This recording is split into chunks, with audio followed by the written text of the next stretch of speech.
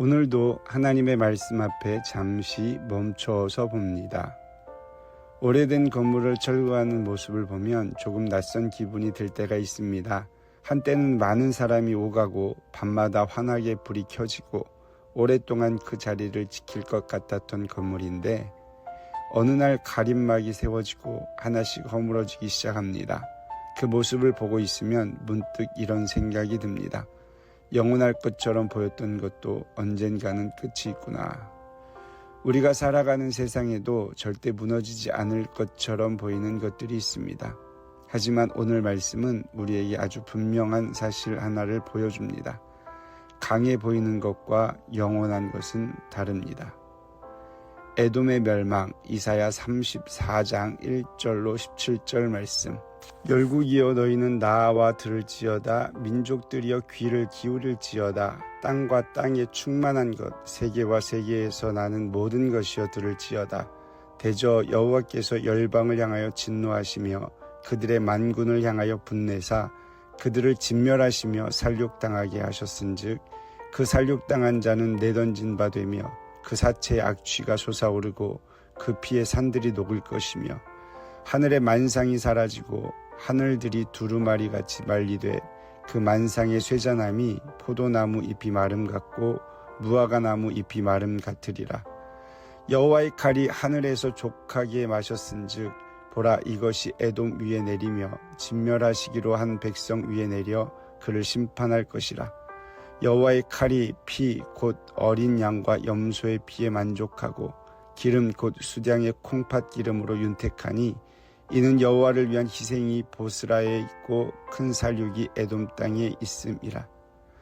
들소와 송아지와 수소가 함께 도살장에 내려가니 그들의 땅이 피에 취하며 흙이 기름으로 윤택하리라. 이것은 여호와께서 보복하시는 날이요 시온의 송사를 위하여 신원하시는 해라.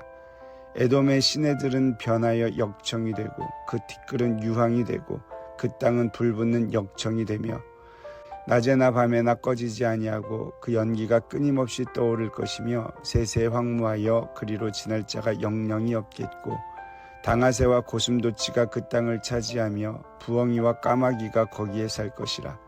여호와께서 그 위에 혼란의 줄과 공허의 줄을 들이우실 것인즉 그들이 국가를 이으려 하여 귀인들을 부르되 아무도 없겠고 그 모든 방백도 없게 될 것이요 그 궁궐에는 가시나무가 나며 그 견고한 성에는 엉겅퀴와 새품이 자라서 승냥이의 굴과 타조의 처소가 될 것이니 들짐승이 이리와 만나며 숫염소가 그 동류를 부르며 올빼미가 거기에 살면서 쉬는 초소로 삼으며 부엉이가 거기에 깃들이고 알을 낳아 까서 그 그늘에 모으며 솔개들도 각각 제 짝과 함께 거기에 모이리라.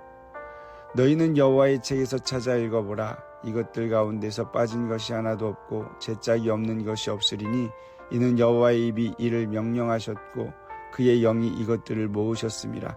여호와께서 그것들을 위하여 제비를 뽑으시며 그의 손으로 줄을 띄어 그 땅을 그것들에게 나누어 주셨으니 그들이 영원히 차지하며 대대로 거기에 살리라.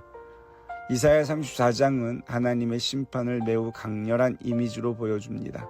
특별히 본문은 에돔을 지목합니다. 에돔은 이스라엘과 가까운 민족이었지만 오랜 세월 하나님의 백성과 대립했고 성경에서는 하나님을 대적하는 세상의 교만과 적대감을 상징적으로 보여주기도 합니다. 그래서 오늘 본문의 초점은 단순히 한 나라가 멸망했다는 데 있지 않습니다. 1절에서 하나님은 모든 민족과 열방을 향하여 들으라고 말씀하십니다. 그리고 에돔의 황폐함을 통해 하나님을 거스르며 영원할 것처럼 자랑하는 세상의 힘이 결국 어떻게 되는지를 보여주십니다. 그러나 본문의 마지막에는 중요한 말씀이 등장합니다. 너희는 여호와의 책에서 찾아 읽어보라. 세상의 힘은 사라져도 하나님께서 말씀하신 것은 반드시 이루어진다는 것입니다. 오늘의 묵상 키워드는 끝입니다. 우리는 눈앞에 강해 보이는 것을 쉽게 영원할 것처럼 생각합니다. 큰 권력도 그렇고 많은 재물도 그렇고 사람의 인정과 성공도 그렇습니다.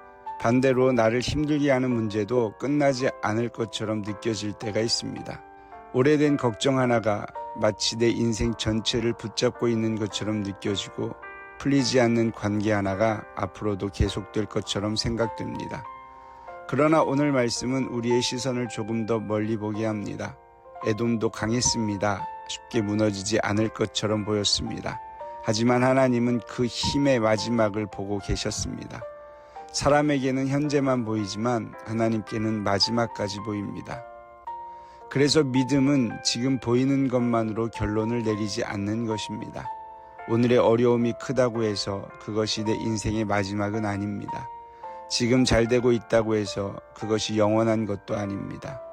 사람의 힘에는 끝이 있고 세상의 영광에도 끝이 있으며 우리를 두렵게 하는 문제에도 끝이 있습니다.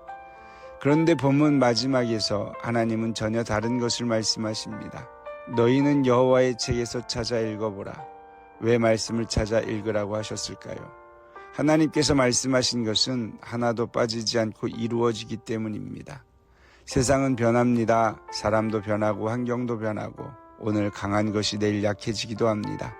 하지만 하나님의 말씀은 변하지 않습니다. 그래서 우리의 믿음은 지금 무엇이 강해 보이는가에 달려있지 않습니다.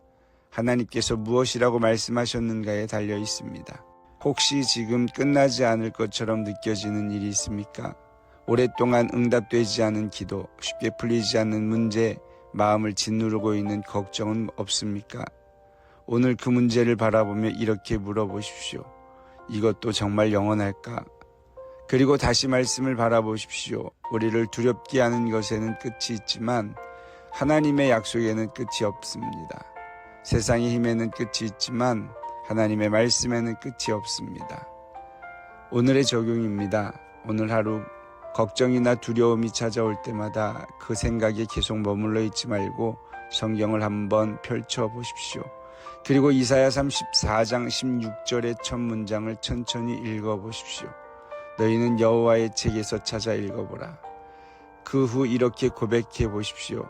주님, 지금 보이는 것보다 주님의 말씀을 더 믿겠습니다. 문제가 곧바로 사라지지 않아도 괜찮습니다. 오늘 하루 내 눈앞의 현실보다 하나님의 말씀의 마지막 판단을 맡겨보십시오. 세상의 힘에는 끝이 있지만 하나님의 말씀에는 끝이 없습니다. 기도하시겠습니다. 사랑의 하나님, 눈앞에 보이는 세상의 힘을 너무 크게 바라보며 살았음을 고백합니다. 문제가 커 보이면 두려워했고 사람의 힘이 강해 보이면 흔들렸으며 지금의 상황이 영원할 것처럼 생각했습니다. 주님, 우리의 시선을 다시 말씀으로 돌려주시옵소서. 세상의 힘에는 끝이 있고 우리를 두렵게 하는 문제에도 끝이 있지만 주님의 말씀은 영원함을 믿게 하여 주시옵소서. 오늘도 보이는 현실보다 말씀하시는 하나님을 더욱 신뢰하며 어떤 상황에서도 주님의 약속을 붙들고 살아가게 하여 주시옵소서. 예수 그리스도의 이름으로 기도드립니다. 아멘. 세상의 힘에는 끝이 있지만 하나님의 말씀에는 끝이 없습니다. 오늘도 말씀을 마음에 품고 믿음으로 살아가시기를 소망합니다.